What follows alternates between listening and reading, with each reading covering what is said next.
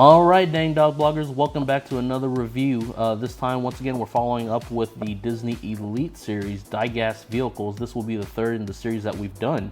The first one being the AT-AT Imperial Walker, followed by the all-famous Millennium Falcon. This one, we're actually doing a Force Awakens vehicle from the Force Awakens movie, so no cross merchandising here, of the Resistance fighter. Also known as the newest incarnation of the Incom T-70, not T-65 X-Wing fighter, once again for the Resistance fighters. Packaging similar to the other ones, a clamshell. We have the older T-65 that was done in the original Elite Series diecast of the X-Wing fighter. I'm not sure of the clamshell, guys.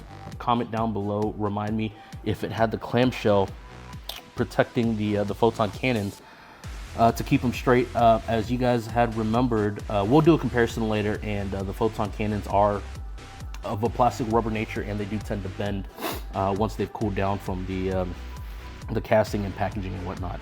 But in this packaging, they look fairly straight, but we'll see how it actually looks once we get it out the package.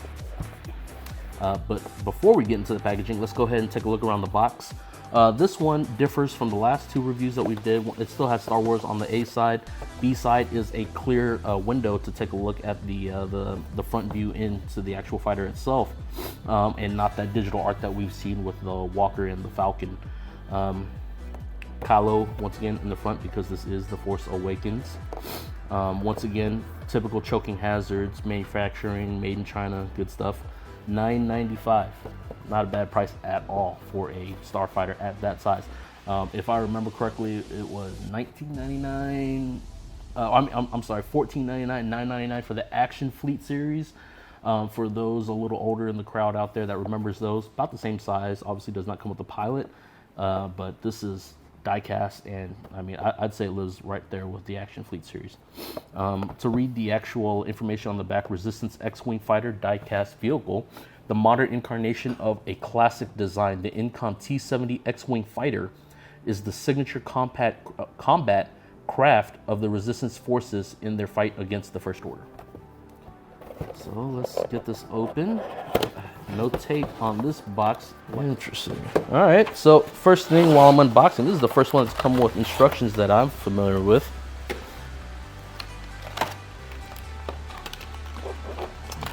Okay.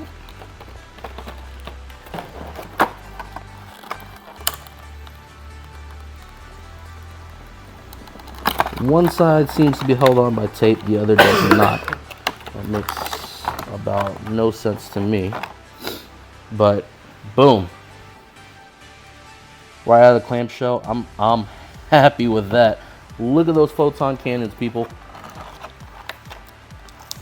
So here we are with the T-70 Resistance fighter unpackaged, and looks like the clamshell protectant for the photon cannons does a phenomenal job. Still a little bit of a bend, but that is you can't ask for anything better for 10 bucks. That's not bad at all. Comes with the landing gears detached, so it's not extractable, and the instructions, albeit just has a whole bunch of the warnings, the makers for the choking hazards, and it's just visual.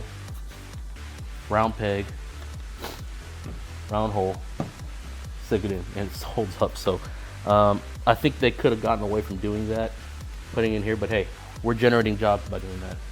So let's take a look at this fighter real quick. We got a little BB-8 back there, I'm assuming, because I'd imagine Poe has to start out in a regular one before he gets the quote-unquote Poe starfighter. And I like this new design. You know, I'd probably go out on a branch and say I like the T-70 design a lot more than the 65.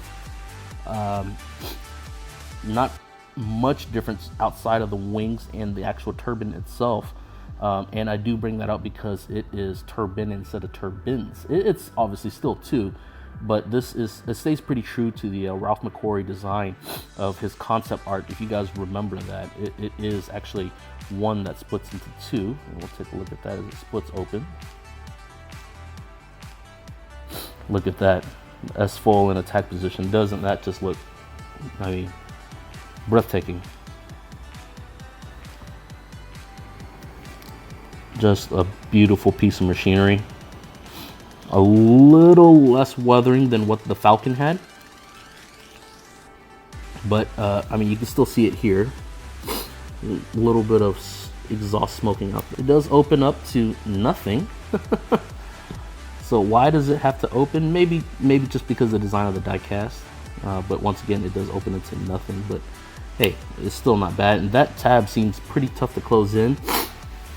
But I'm not complaining because unlike the Millennium Falcon, it stays down. But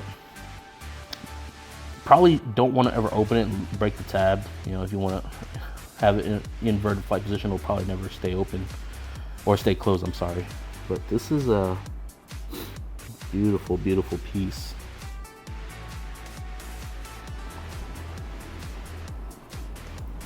Nice heft to it. Let's go ahead and weigh it while I got it in hand here.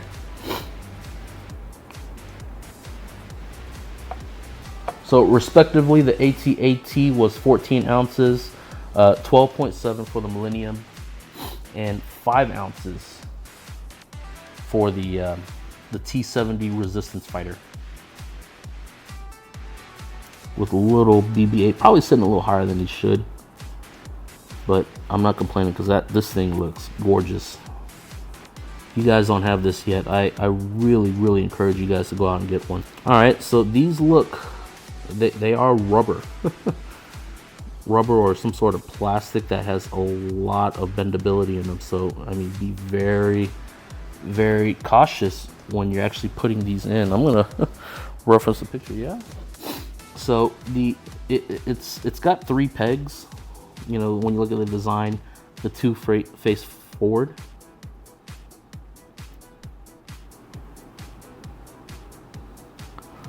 So nice and easy. I wouldn't force it if it doesn't fit in all the way. The Disney Elite Series diecast Incom T-70 Resistance Starfighter.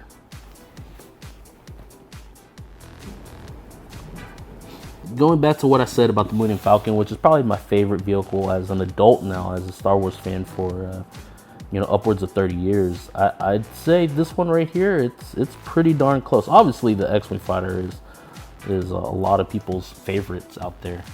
You know, who isn't a fan of the X-Wing fighter? But this actual variant, you know, just the smooth lines, the way the wings are staggered with the single engine breaking into the 2 pieces. I'd have to say this is easily top 5, but you know, X-Wing fighter should be top 5 for most Star Wars fans out there. Let's see, we have the T-65 here for comparison.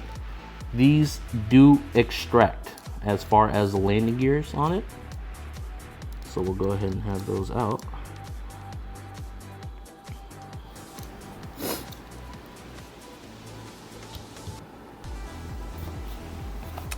And as you can see,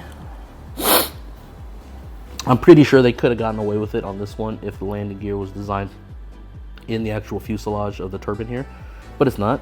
I'm not sure if it'll be that way for the movie or the actual the art and concept and you know, blueprint books that they're eventually going to come out with, and we'll learn so much more as the future unfolds itself.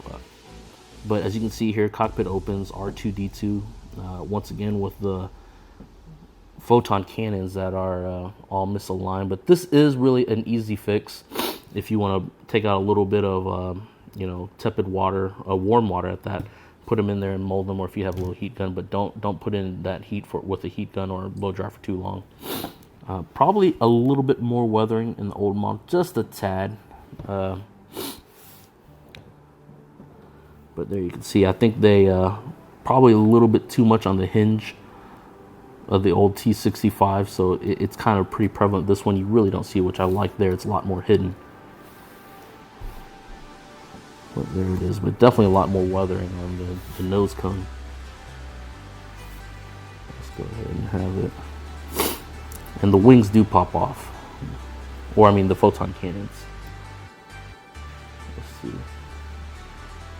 Does not look that way with the T-70. So removable, which is probably a good thing, so you can get an opportunity to try to straighten those out. Non-removable in the newer model here. All right, that'll do it for this review on the Disney Elite Series Resistance T70 Starfighter. Please comment down below, like, subscribe us. That does it for this review, Dang Dog Bloggers. Hope you guys enjoyed it. See us on the next video. May the force be with you.